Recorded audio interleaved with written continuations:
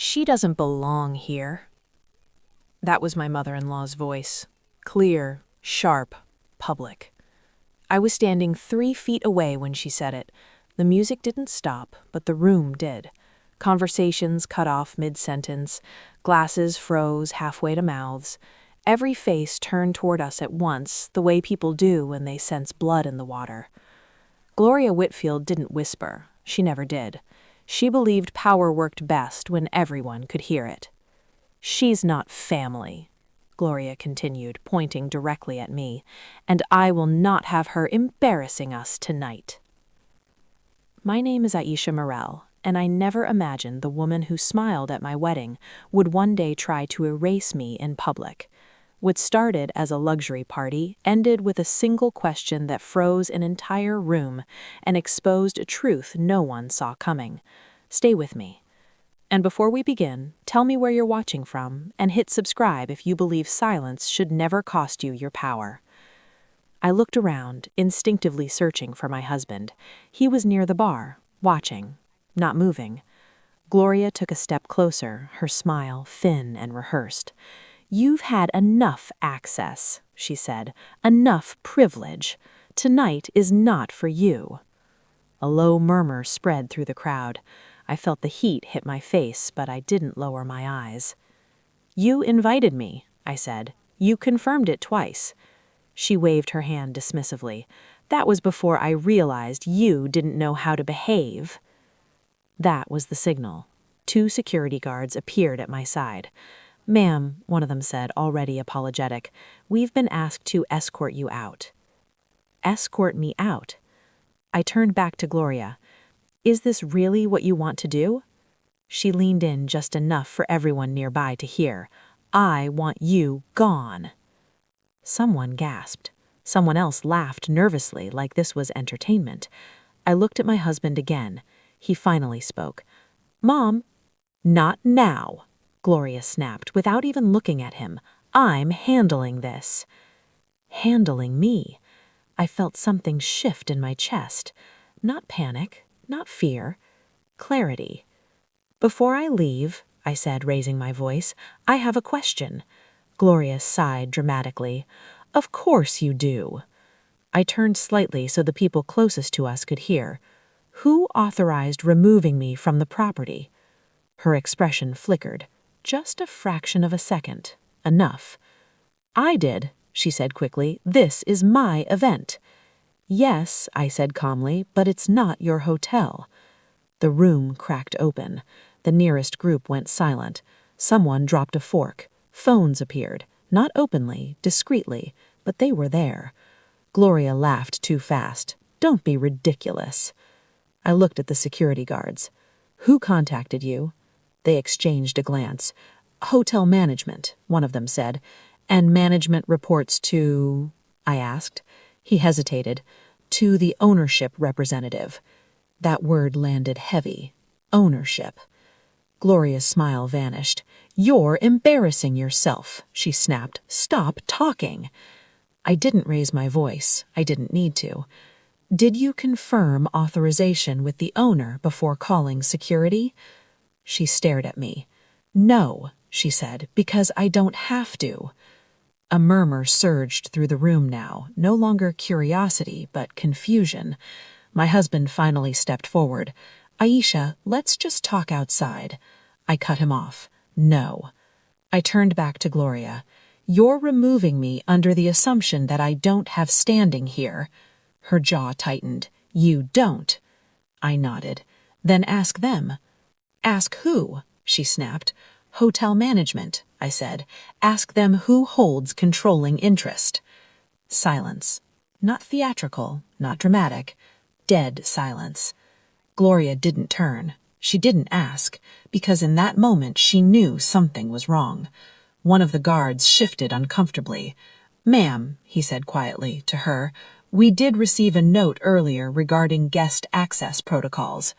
Her head snapped toward him. "What note?" He swallowed. "From the ownership trust." That did it. Her face drained of color. "What trust?" she demanded. I answered before he could. "The one that owns this property." My husband stared at me. Aisha, what are you talking about? I looked at him then, really looked. You didn't know, I said, not accusing, just stating fact. Gloria laughed again, but this time it shook. This is absurd. You're trying to humiliate me. I tilted my head. You already did that. I'm just correcting the record. She turned to the room, forcing a smile back onto her face. Everyone, please excuse this interruption. A family misunderstanding. I stepped back, giving her space. I'm leaving, I said, not because you ordered it, but because I choose to.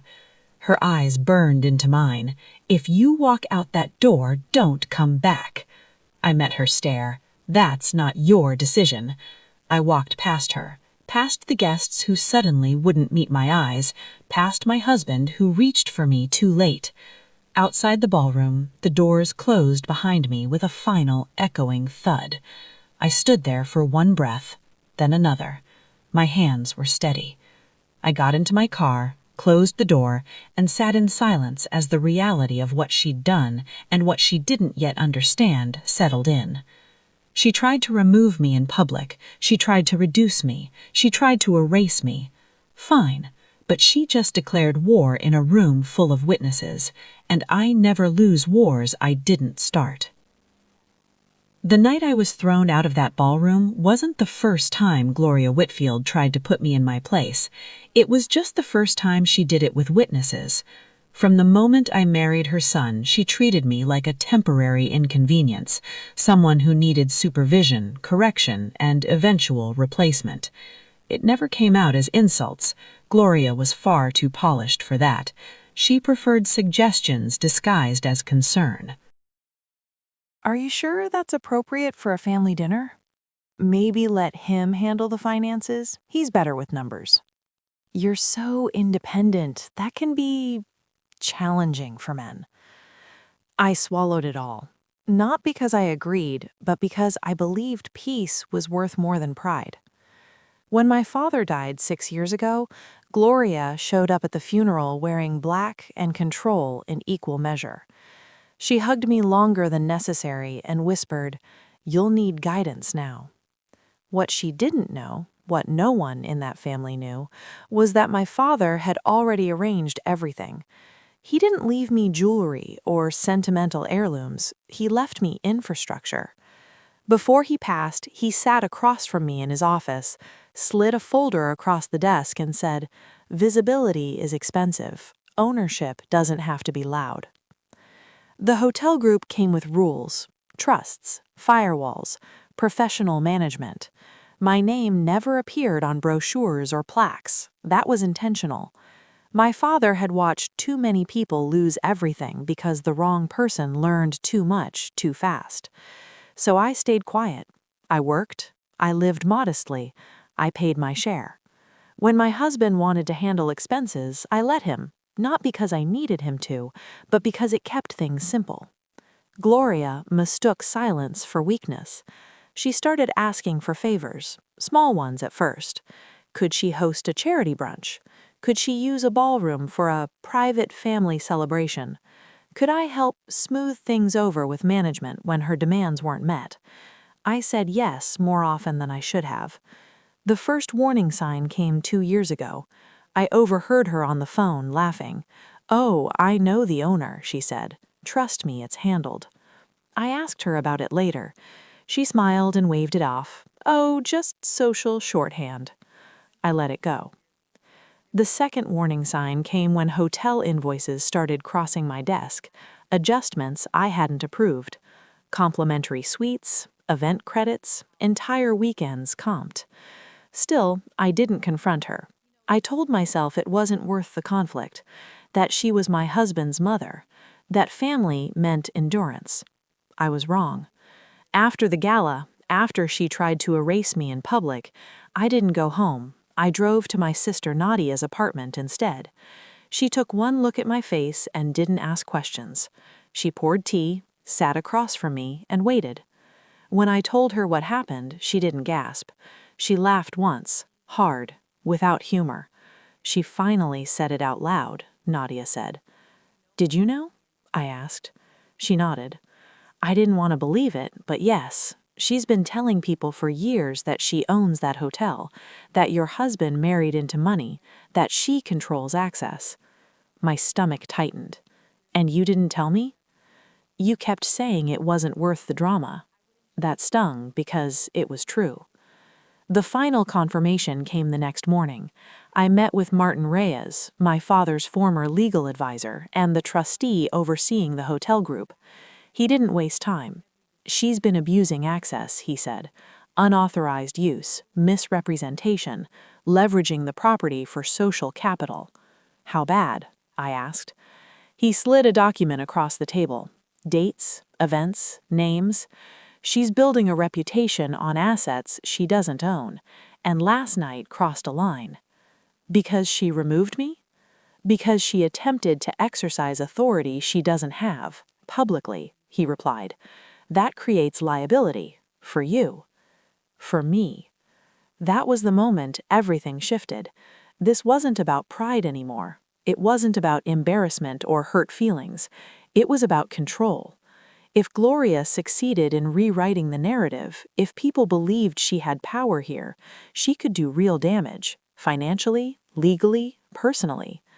My husband called while I was still in Martin's office. "Why didn't you tell me?" he asked, voice tight. "Because you never asked," I replied. "He humiliated you," he said. "Yes," I replied, "and you watched." Another pause. I didn't think she would go that far. I closed my eyes. She already has. When I hung up, Martin looked at me carefully. "What do you want to do?" I thought of the ballroom, the security guards, the way Gloria smiled when she thought she had won. "I want my name back," I said. "And your property?" I nodded. "Locked down." He leaned back. "Then you need to move fast." I stood, the decision already made. She had spent years mistaking my restraint for permission. She had built her authority on my silence. Now she was about to learn what happens when silence ends. And this time, there would be no witnesses to protect her, only records. I didn't cry after the meeting with Martin. I didn't sit in my car trying to breathe through it. I went straight home, opened my laptop, and started working. That's how I knew something had shifted. Hurt makes you hesitate. Anger makes you loud. But clarity makes you efficient. By noon, I had a legal pad full of names, accounts, properties, and access points. Not memories, not emotions. Leverage. The first call was to Martin. "I want everything locked," I said, effective immediately. He didn't ask me to explain. Access levels? All non-essential permissions revoked. Event approvals frozen. Vendor authorizations suspended. No verbal overrides. Everything in writing. "And family?" he asked carefully. "Especially family." He paused for half a second. Understood. By the time we hung up, the wheels were already turning. Emails drafted, flags raised, quiet notices sent to hotel management across the portfolio. No drama, no announcements, just doors closing. I moved through the house methodically, like I was preparing for a long trip. Documents first. Passports, deeds, trust paperwork. I packed them into a single case and slid it under my desk. Then I went to the shared office, the one my husband and I had pretended was ours. I unplugged my computer from the shared network. I changed passwords. All of them. Banking, utilities, cloud storage, anything that touched my name or my assets. It took less than an hour. People think power is dramatic. It isn't. It's administrative. At 2 in the afternoon, my phone buzzed. Unknown number. I answered. "Aisha," Gloria said. Her voice was tight, clipped. "We need to talk." "No," I replied, a sharp inhale. "You embarrassed me last night." I didn't correct her. "You removed me from my own property." "That's not—" "This conversation is being documented," I said. "Anything you want to say, you can send in writing." She laughed, brittle. "You think you're being clever." "I think you've been careless," I said, and ended the call. 10 minutes later, Martin forwarded me a confirmation. Event permissions revoked, effective immediately. Future bookings require ownership sign-off. I didn't smile. I didn't celebrate. I kept moving. Next was the house. Not the one Gloria liked to call the family home, the one my husband and I lived in, the one I had purchased through a holding company years before we married, because I didn't like uncertainty. I called my attorney. "I want it listed," I said. There was a pause. "Are you sure?"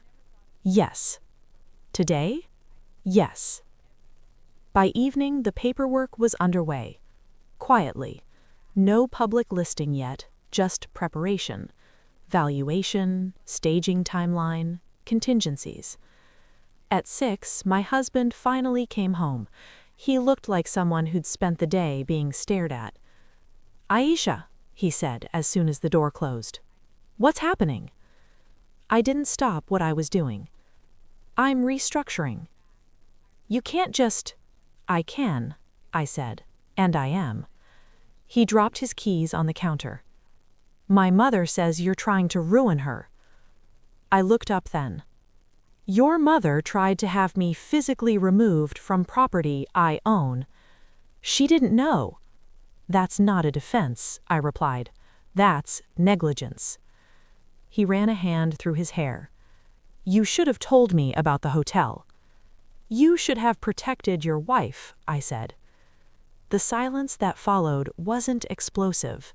It was revealing. He sat down slowly. "What are you doing to her?" "I'm removing access," I said. "Nothing more." "You're freezing her out." "Yes." "She's panicking." "Good," I said. "That means she's paying attention." He stared at me like I was someone new. "You're serious?" I nodded. "I was serious when I stayed quiet. I'm just done pretending that was weakness." His phone buzzed. He looked at the screen. "It's her," he said. "Answer it," I replied. He did. "Mom, I'm with her now," he said. "Lower your voice." I watched his face change as she spoke. Tighten. Flush. "No, she didn't lie," he said. "No, you don't have authority. Mom, listen to me." He pulled the phone away slightly. "She wants to know if you're bluffing." I met his eyes. "Tell her to check her email." He relayed it. We waited. 30 seconds passed. Then his phone rang again. He answered. Didn't say anything this time. Just listened. His shoulders slumped. "What?" he finally asked. I could hear Gloria now. Her voice wasn't loud anymore. It was thin. "What do you mean revoked? I have donors arriving next week. I have commitments." I leaned in close enough for the phone to pick up my voice. "You had access. You never had ownership." She went quiet. I straightened. "Any further communication goes through counsel." I hung up. My husband looked at me stunned. "You planned this?" "No," I said. "I prepared for this." There's a difference. That night I slept in the guest room, not because I was unsure, because separation clarifies things. At midnight, another confirmation came in. All discretionary spending halted. All verbal agreements nullified. I set my phone down and stared at the ceiling. She thought humiliation was power. She thought volume meant control. She had no idea what real leverage looked like. And this was only the beginning. The consequences didn't arrive loudly. They arrived quietly, like where real damage always does. The morning after I locked down access, my phone stayed silent. No dramatic confrontations, no threats. Just the absence of noise where entitlement used to live. By 10 a.m., the first crack appeared. Gloria's longtime friend, a woman who chaired 3 charity boards and treated favors like currency, called me directly. "I'm so sorry to bother you," she said, voice strained with politeness. "There seems to be some confusion about the venue for our luncheon next month." "There isn't," I replied. A pause. "I was told Mrs. Whitfield had approval." "She doesn't, and she hasn't for some time." Another pause. Longer. "I see," the woman said quietly. "Then we'll make other arrangements." She didn't ask questions. She didn't argue. People who trade in power recognize a closed door when they hit one. An hour later, Martin forwarded me an internal memo from hotel management. Neutral language, professional tone. Unauthorized representation identified. Corrective action implemented. External parties notified discreetly. Discreetly. That word mattered, because Gloria's world didn't collapse all at once. It shrank. Invitations went unanswered. Calls weren't returned. Smiles cooled into distance. The social circle she'd dominated for years began recalibrating without her. By lunchtime, my husband's phone was vibrating nonstop.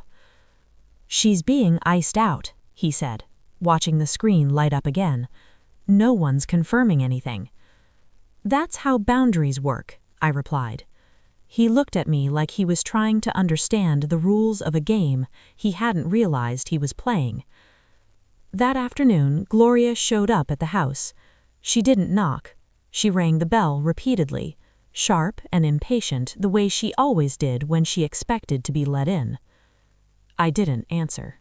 I watched her through the security feed on my phone as she paced, gestured, talked to herself. Finally, she called. I let it ring. She left a voicemail. Her voice was controlled, almost pleasant. "Aisha, this has gone far enough. We need to clear up a misunderstanding before you damage relationships you don't understand." I deleted it. 10 minutes later, another message came through, this time from my husband's brother. "What's going on?" he asked. "Mom says you're cutting her off." "I'm correcting misrepresentation," I replied. "She never had authority." "That's extreme." "No," I said. "Extreme was public removal." He didn't respond. That was the pattern. People reached out looking for reassurance, for a version of the story that allowed them to stay comfortable. I didn't give it to them. By the second day, the rumors started. Not the dramatic kind, the careful ones. She might not actually own it. I heard the property's under a trust. Apparently, the daughter-in-law has control. Control. That word followed Gloria like a shadow. At a private luncheon, not held at my hotel, someone asked her directly. She laughed it off. "Of course I don't handle the paperwork," she said. "That's all legal nonsense." But the laughter didn't land, because paperwork is where power lives. By midweek, a donor pulled out of an event Gloria had been promoting for months. No explanation, just a polite withdrawal. Then another, then a third. She called my husband that night, frantic now, not angry. "They're canceling," she said. "People I've known for years." He looked at me helplessly. "What do I say to her?" "The truth," I replied, "that she never owned what she claimed." He rubbed his face. "She's embarrassed." "Yes," I said, "she should be." He flinched at that. The real shift came on Friday. Martin called me personally. "We have an issue." I didn't tense. "Go on." "She attempted to authorize an event this morning, claimed emergency status. And we denied it, but she argued, raised her voice, threatened to take her business elsewhere." I almost smiled. "And management?" I asked. "They asked her to provide documentation." Silence. She couldn't. That was it. No yelling, no scene, just a woman who had built her authority on assumption being asked to prove it, and failing. That evening, my husband came home quiet. "She's not welcome at the fundraiser tomorrow," he said. "Because she doesn't have access," I replied. "No," he said, "because no one wants to be associated with the uncertainty." Uncertainty. I nodded. That's what happens when you mistake proximity for ownership. He sat down slowly. People are asking me questions. What do you tell them? He hesitated. That you're more involved than they realized. I met his eyes. And that my mother made a mistake. A small step, but a real one. Saturday morning, Gloria sent an email, not to me, to everyone. A vague apology, a claim of scheduling errors, a promise that everything will be resolved shortly. It didn't work, because when power starts leaking, people stop believing statements and start checking facts. By Sunday night, she was isolated, not shunned, not attacked, just avoided. No one wanted to be seen standing beside a woman whose authority was suddenly questionable. That's when I understood something clearly. I hadn't destroyed her. I had simply removed the illusion she depended on, and without it, she didn't know who she was. The first consequences weren't loud. They were permanent, and they were only warming up. The second confrontation happened exactly where Gloria felt safest, a restaurant she'd claimed for years. Not owned, not managed, just dominated, the way she dominated people. It was a private fundraising dinner for a regional arts foundation, the kind of event where money spoke softly and reputations did the talking. 50 guests, no press, no microphones, just influence passing quietly from hand to hand. Gloria had been fighting for weeks to keep her grip on this one. I knew because Martin forwarded me to emails, polite refusals from venues, unavailable dates, sudden policy changes. When she finally secured the restaurant, she sent out confirmations fast, like she was afraid the floor might disappear under her feet. I didn't show up late. I didn't hide. I arrived on time, calm, and dressed for dinner, not for war. The host greeted me warmly. He knew exactly who I was now. Most of them did now. They just didn't know what to do with that information yet. The roux shifted when Gloria saw me. She froze mid-laugh, hand still resting on a donor's arm. Her face didn't harden, it emptied, like someone had turned the lights behind her eyes. "You," she said, stepping away from the table. "What are you doing here?" "I was invited. By the foundation." She scoffed. "This is a private event." "So was the gala," I said. She lowered her voice. "You're not welcome." I smiled, just barely. "You don't have that authority anymore." Her mouth tightened. "You think humiliating me again will fix this?" "No," I said. "I think clarity will." She grabbed my arm. Not hard, not violent, public. Every conversation in the room stopped. "Let go," I said calmly. She didn't. I repeated louder this time, "let go." She released me, realizing too late how many people were watching. "You don't know what game you think you're playing, but you are damaging real relationships." "That's not what's happening. You're losing them." Gasps rippled through the room. A donor near us leaned in. "Is everything all right?" Gloria laughed sharply. "Family disagreement." I turned to him. "It's a documentation issue." That word again. Her eyes snapped back to me. "You need to stop." I reached into my clutch and pulled out a single folder. Thin, neat. "I won't," I said. But I will keep this brief. The foundation director stepped forward, nervous. Perhaps we should... This concerns the foundation, I said, and everyone in this room. Silence. I didn't raise my voice. I didn't posture. I simply spoke.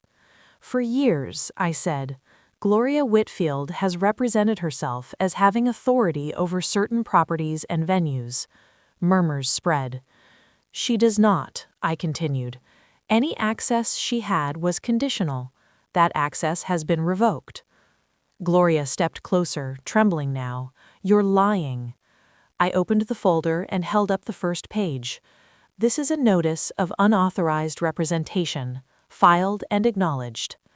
Someone whispered, "Is that real?" I met their eyes. "Yes."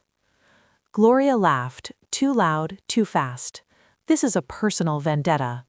I looked at her, really looked. "No," I said, "this is correction." A woman near the window spoke up. "Gloria told us she hosted all her events through her hotel partnerships." Gloria turned on her. I never said. You did, the woman replied quietly. I didn't interrupt. I let the room do the work. Another guest cleared his throat. If she doesn't have access, what does that mean for previous donations? That they were facilitated under false assumptions, I said, which is why every organization affected has been notified. Gloria's face went pale. She leaned toward me, voice shaking. You're destroying me. I didn't lower my voice when I answered. You destroyed yourself when you tried to remove me in public. The foundation director swallowed. We may need to pause tonight's proceedings. Gloria spun toward him. You can't cancel. He hesitated, then shook his head. We have to verify compliance. That was it, that single sentence. People stood, chairs scraped, conversations erupted. Not gossip, but recalculation. No one touched Gloria. No one defended her. She stood in the center of the room, suddenly irrelevant. I gathered my folder and turned to leave. She followed me to the entrance, her composure gone now. You think this makes you powerful? I stopped and faced her. I don't think about power, I said. I think about consequences. Her voice cracked. You didn't have to do this publicly.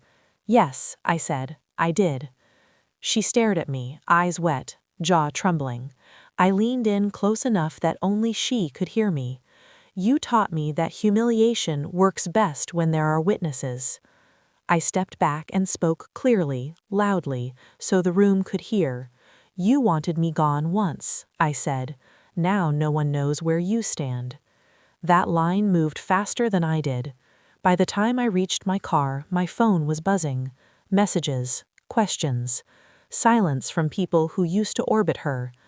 Gloria didn't follow. She couldn't, because for the first time in her life, she had no place to stand. Gloria didn't retreat. She reframed. That was her instinct when control slipped. Not apology, not reflection, but narrative. If she couldn't own the room, she'd try to own the story. The first sign came 2 days after the restaurant incident. A carefully worded email began circulating through the same social and philanthropic circles she'd dominated for years.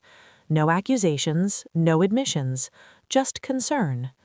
I've been advised to clarify some misunderstandings surrounding recent events. I read it once, then again. She positioned herself as the victim of internal family conflict, a woman undermined by a younger relative with legal mechanisms she doesn't fully understand. She implied emotional instability without saying it outright, suggested I was reacting impulsively, out of grief, jealousy, resentment. Classic. People who don't hold facts lean on tone. By noon, my phone started lighting up, not with hostility, but with hesitation. Is everything okay? Do you want to talk? I heard some confusing things. I didn't answer any of them. Instead, I forwarded the email to Martin with a single line. She's escalating. Release phase 2. He called me immediately. You're sure? I said. Yes, she's trying to paint me as unstable. She's walking into liability. Then document it, I replied. Phase 2 had always been there. We just hadn't activated it yet. By that evening, the first correction went out, not from me, not from my attorneys, but from the hotel group itself, a neutral compliance bulletin. Dry language, no names in bold, no emotional framing. Recent inquiries regarding property authority and representation have prompted an internal audit. Findings confirm unauthorized use of brand affiliation and facilities by non-authorized individuals. Corrective actions are ongoing. That was it. No drama, just truth, issued from an entity no one questioned. The next day, the receipts followed. Not dumped, released, one at a time. First, a forwarded email chain. Gloria requesting complimentary use of facilities, citing relationships that did not exist. Then an invoice adjustment, marked voided, with reason listed as misrepresentation. Then a calendar screenshot, events removed, approvals rescinded. People started connecting dots. The tone shifted. By midweek, the messages changed. Did she really do that? I didn't realize she didn't have authority. Why would she claim ownership? The question stopped being what happened. It became how long has this been happening? Gloria panicked. She called my husband relentlessly. She's destroying my reputation. You need to stop her. He looked exhausted when he relayed it to me. She thinks you're leaking things. I'm not leaking, I'm allowing verification. That difference mattered. Verification is fatal to lies. She tried another angle, an op-ed draft, never published but circulated privately, positioning herself as a matriarch betrayed by new money arrogance. It framed my father's legacy as accidental, my role as opportunistic. It didn't land, because the people she was trying to convince had already started checking, and when they checked, they didn't like what they found. A board member resigned quietly. A donor asked for funds to be reallocated. A partner requested legal clarification. None of them called Gloria. They called counsel. That's when the dam broke. A former assistant, someone Gloria had dismissed years earlier, forwarded documentation to Martin. Emails, texts, notes.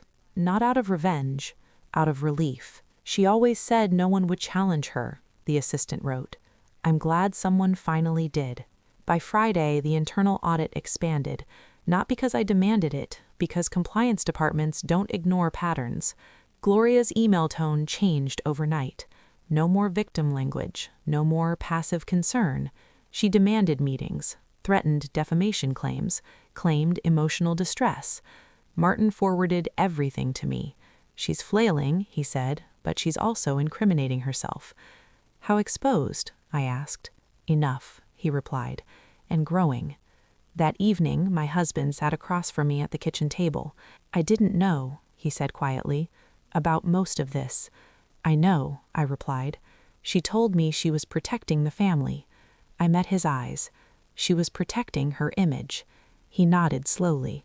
People are asking me where I stand. And? I asked. He swallowed. I told them the truth. That was new. Saturday morning, a message landed in my inbox from someone I didn't recognize. Subject: clarification request. It was a foundation chair. We've received conflicting representations regarding past events hosted under Mrs. Whitfield's name. Could you confirm whether any were authorized by ownership? I forwarded it to Martin. His response came back in under 10 minutes. None were authorized. Please advise accordingly. That answer went out. Then another. Then another. By Sunday, Gloria's narrative collapsed under its own weight. No confrontation, no headline, just silence where certainty used to be. She called me once that night. I didn't answer. She left a voicemail, not angry now, not dramatic, just tired. Aisha, she said, voice shaking, this has gone too far. People are turning on me. I deleted it because escalation isn't about raising your voice. It's about narrowing someone's options until the truth is the only thing left standing, and Gloria had run out of places to hide. The exposure was complete. She just hadn't accepted it yet. The fallout didn't look like punishment. It looked like paperwork. That's what finally broke her. Once compliance got involved, nothing belonged to Gloria anymore. Not the narrative, not the timing, not even her own explanations. Every conversation required documentation. Every claim demanded proof. Every favor she once traded on confidence alone now came with a request she couldn't satisfy. Receipts, authorization, ownership. She had none of them. Martin called me early Monday morning. We're initiating formal recovery, he said. Define recovery, I replied. Unauthorized use, reputational exposure, opportunity cost, brand dilution. I closed my eyes once, steadying myself. Proceed. He didn't soften his tone. This will get ugly for her. It already has, just not officially. By noon, Gloria received notice, not from me, from counsel, a demand for restitution, limited, precise, indisputable. It outlined the monetary value of every unauthorized event, every misrepresented affiliation, every benefit she'd extracted by presenting herself as someone she wasn't. She called my husband screaming. They're accusing me of fraud, she cried. He didn't rush to defend her this time. Did you do what they're saying? Silence, then anger. They're exaggerating. He looked at me helplessly. Aisha, is there any way to stop this? No, I said. There's only a way to survive it. That distinction mattered. By Tuesday, the family fracture became public, not in headlines, but in behavior. My husband's brother stopped calling, then blocked me, then blocked his own mother. His wife sent a short message. We can't be involved in this. No explanation, no sympathy, just distance. Gloria's sister, the one who always echoed her opinions, tried to intervene. She requested a meeting as family. Martin declined on my behalf. Legal matters aren't resolved by sentiment, he wrote. That hurt Gloria more than the numbers, because she had always believed blood overruled contracts. She was wrong. The next phase came quickly. The audit findings were finalized. Unauthorized representation, confirmed. Financial benefit derived under false assumptions, confirmed. Repeated misrepresentation after warnings, documented. The hotel group moved to formal separation. Every venue that had once extended courtesy in her name received clarification, quietly, professionally. Those partnerships didn't just dissolve, they reversed. Events canceled, invitations rescinded, committees reorganized. By Wednesday evening, Gloria no longer had a calendar. She had gaps. She showed up unannounced at a board meeting she'd chaired for years and was asked, politely, to leave. No scene, no shouting, just a pause at the door while someone else took the seat she'd occupied for decades. That night she called my husband again. I'm losing everything. He didn't say we, he said you. That told me everything. The financial blow landed last, not dramatic, not immediate, but decisive. Her discretionary accounts were reviewed, joint ventures restructured, support quietly withdrawn by relatives who suddenly discovered they didn't want liability. Her brother, the one who'd always funded her projects, cut her off completely. I can't protect you from this, he told her. You put us all at risk. Risk. That word stripped her of her last defense, because for years she'd framed herself as the protector. Now she was the exposure. By Friday, she sold the car she loved, the one she used to arrive at events like royalty.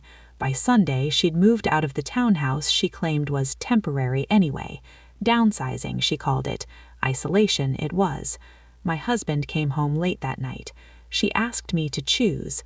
I didn't answer right away. She wants me to testify on her behalf, he continued, say she believed she had authority. And, I asked. He shook his head. I can't.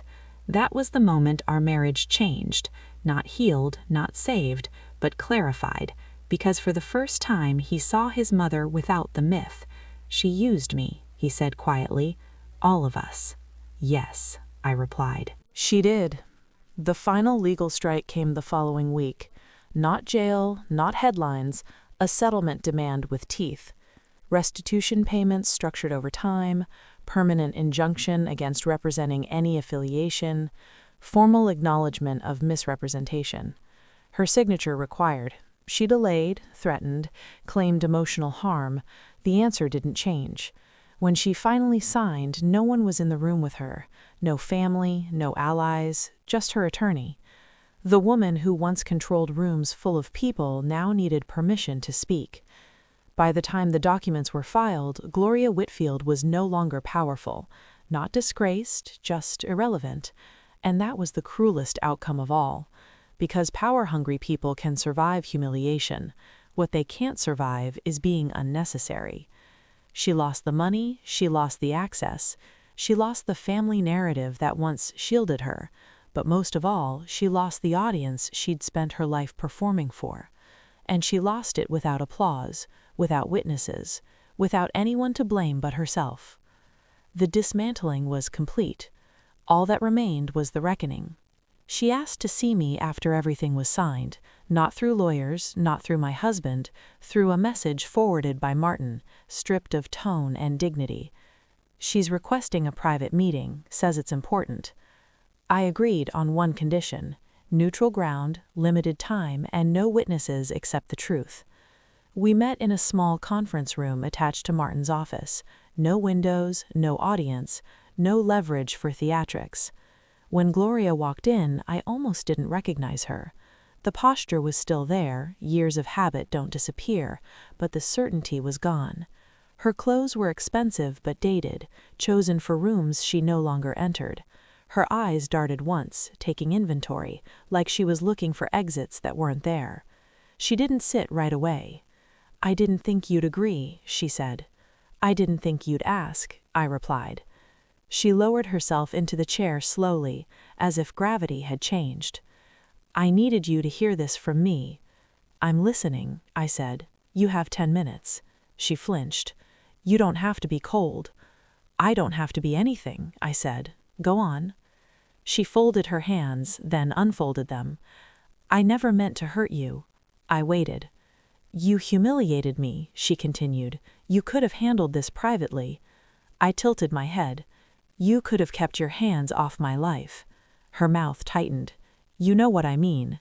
"Yes," I said, "and you know why that argument doesn't work." She leaned forward. "You don't understand what this has cost me." I met her eyes. "I understand exactly what it cost you. I just don't regret it." Her composure cracked. "I lost everything," she said, voice breaking. "My reputation, my friends, my standing." "No," I corrected. "You lost access." She shook her head. "That was everything." There it was, the truth she'd never admitted. "I gave years to this family," she said. "I built connections, I protected him, I protected you." "I didn't raise my voice. You controlled us." Her eyes flashed. "Someone had to." "No," I said. "You wanted to." She stood abruptly, chair scraping the floor. "You're enjoying this." I remained seated. "I'm finishing it." Her breathing grew shallow. "What do you want from me?" "I already have it," I replied. She stared. "Then why am I here?" "Because you asked, and because this is the last time you'll speak to me directly." Her voice dropped to a whisper. "You could make this stop." I looked at her steadily. "It already has." She shook her head in disbelief. "People don't look at me anymore. They look through me." "That's what happens when authority disappears," I said. "It turns out it was never yours." Tears welled in her eyes. Not dramatic, not pretty. "Please," she said, "you don't have to erase me." I stood then, slowly, deliberately. "I didn't erase you, I removed myself." She looked up at me, startled. "You were standing on my silence," I continued. "You mistook it for permission. When I stepped away, you fell." She reached for the table. "I can apologize." "I already did," I said, "in writing, through counsel." "I mean to you." I paused, not because I needed time, but because she did. "An apology requires understanding. You don't understand what you did, you understand what it cost you." She opened her mouth, closed it. "I raised your husband," she said finally. "I am his mother." "And I am his wife," I replied. "You tried to make that temporary." Her shoulders sagged. "I didn't think you'd fight back." "I didn't think you'd force me to." The silence stretched. She looked smaller now, not powerless, just unarmed. "I don't know how to live without control," she said. "That's not my problem," I replied. I gathered my things. She stood too, desperate now. "Is this it?" she asked. "After everything?" "Yes," I said. She stepped closer, voice shaking. "What am I supposed to do now?" I met her eyes one last time. "Learn the difference between presence and power," I said, "and live with it." She reached out, stopped herself. "You'll regret this," she said weakly. I didn't hesitate. "No, you'll remember it." I turned and walked to the door. Behind me, she said my name once, not sharp, not commanding, just empty. I didn't turn around, because the final boundary isn't spoken, it's enforced.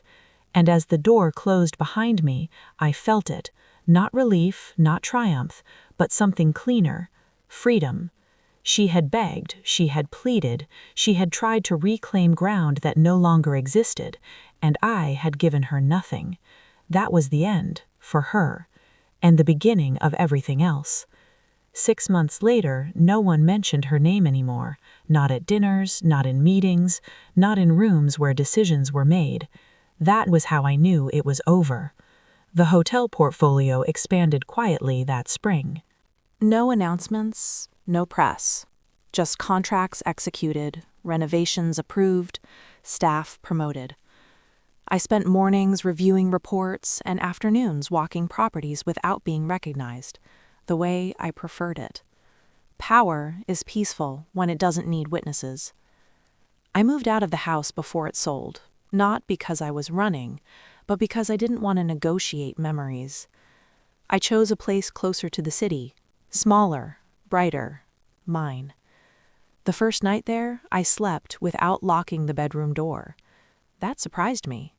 I hadn't realized how much tension I'd been carrying until it wasn't there anymore. My marriage didn't survive. It didn't explode either. It dissolved, slowly, honestly, without cruelty.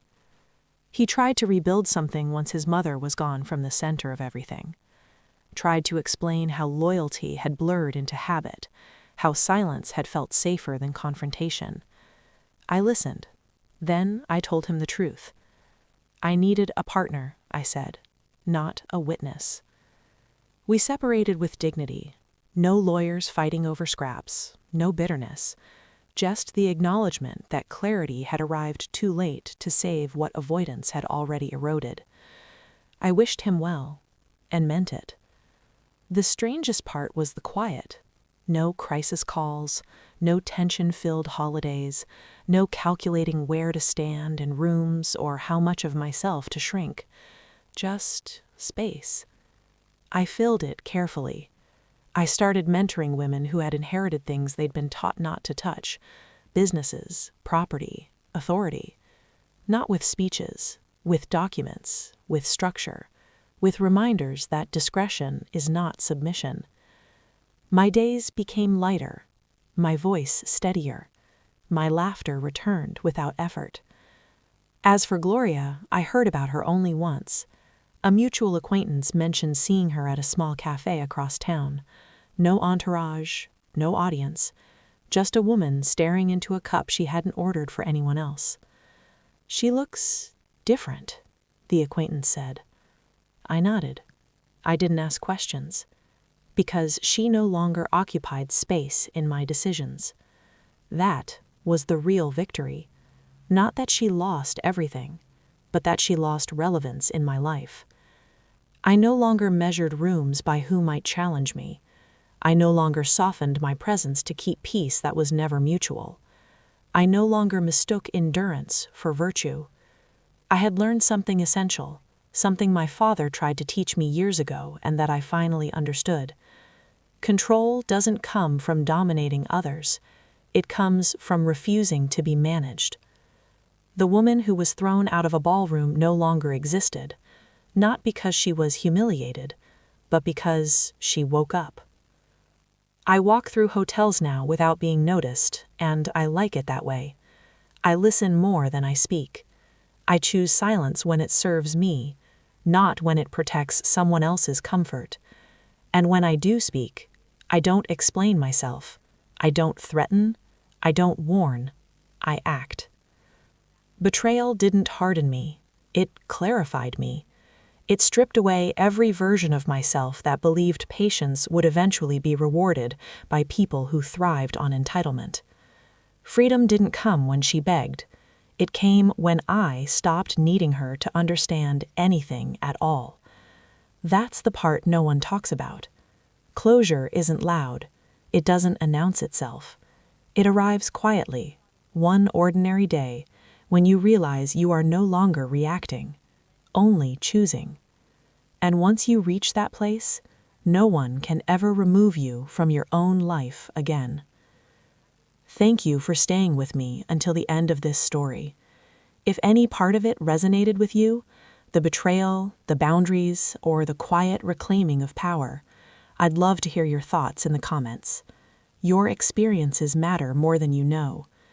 Don't forget to hit the like button if this story moved you, and click subscribe so you don't miss the next one. These stories aren't just about revenge. They're about clarity, self-respect, and choosing yourself when no one else does.